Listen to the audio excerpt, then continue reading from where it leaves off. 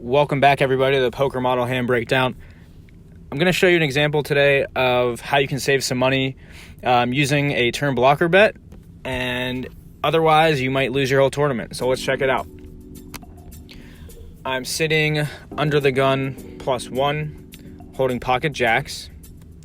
The blinds are 1,000, 2,000, and I have 160,000 in chips, which means I have a large stack because it is over 50 big blinds. In this case, that would be 100,000 chips, would be the 50 big blind threshold. So with pocket jacks, again, it's not a premium hand. It's very close. It's probably like a second tier type hand.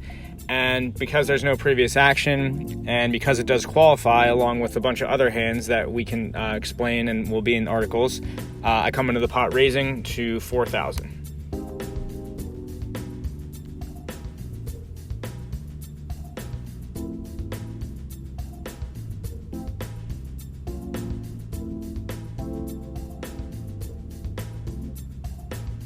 The action folds all the way around to the big blind, who makes a 3-bet to 10,000. So when I see this 3-bet, some alarms go off because I raise from such early table position that typically this 3-bet means something bigger than just, raising from the button or raising in a position that someone's just trying to steal the blinds. So right now I'm thinking, okay, it could be aces, kings, queens, ace king, ace queen. Again, some players will bluff. So if I had a weaker hand like a queen jack or a 7-8 suited, I would definitely be folding this.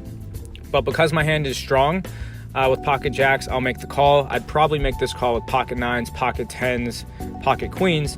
And remember, with a hand like ace king or aces or kings, I'd be 4-betting back to try to get all my chips in because those are premium hands. So I make the call for the additional 6,000 and we move to the flop.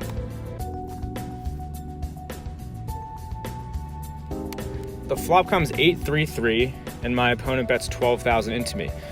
Now, this is where the poker model is very valuable because you don't really have to guess. You can determine that your hand is good, bad, or mediocre. In this case, I have a mediocre hand. So this is one of the first examples where an overpair is mediocre. You can see that I don't necessarily want to just get all my chips in here because I should have done that in the pre-flop phase if I thought my hand was good. But like we already discussed, they could have aces, kings, queens, whatever, hands that are beating me. So I have to proceed with caution based on that 3-bet that happened pre-flop.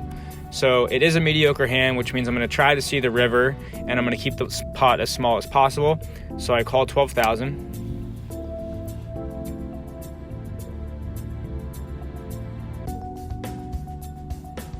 And we move to the turn, which is the 10 of clubs.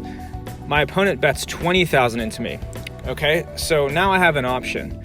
If I just make this call, and first off, the 10 really doesn't change much unless my opponent had something like pocket tens, which is pretty unlikely. So I still have an overpair to the board.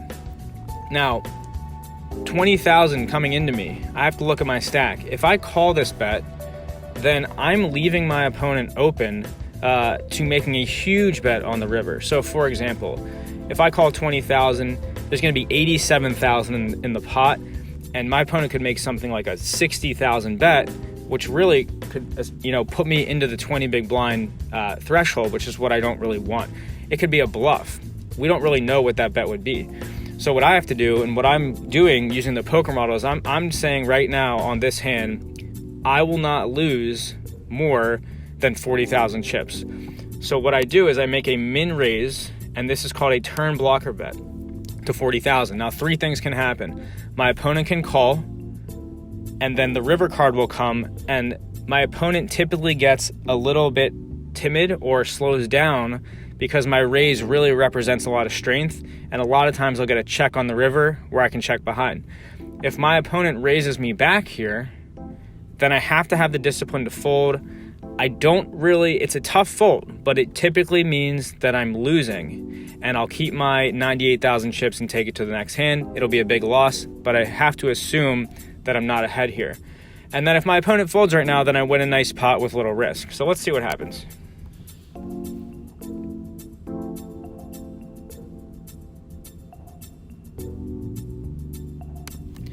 Okay, my opponent makes the call, and checks over to me. So the river was the 4 of hearts, which again is just another undercard that makes my jacks look very strong and makes it look like I have the best hand. But my opponent checks, and that's what my turn blocker bet did. It pushed back and it made him slow down on the river and check. And so now my turn blocker bet was successful because I actually get to check behind here and see if I have the best hand. So I make a check. And we can see that my opponent actually did have pocket aces. So while I lose, a fairly large pot, I think I lost about 60,000 chips, I still have about 50 big blinds. I have 48 big blinds. And this is a hand that many, many, many players are going to lose their whole tournament on. They're going to call the turn bet, and they're going to call an all-in on the river bet. But because we were able to make that turn blocker bet, we slowed them down, we lost the big pot, it might hurt a little bit, but we still have our tournament life, we can still win the whole tournament, and you can see that by using this poker model trick, you're still in the game, and you didn't necessarily lose this hand that was very big for you to a bigger hand by your opponent. So as always, thanks for checking us out today, and we'll see you on the next one. As always, thank you for joining us for another episode of the Poker Model Hand Breakdown. For more training tools and Texas Hold'em advice, subscribe to our YouTube channel or pay us a visit at thepokermodel.com to see our weekly articles, bi-weekly podcasts, and other episodes of the Poker Model Hand Breakdown. Until next time.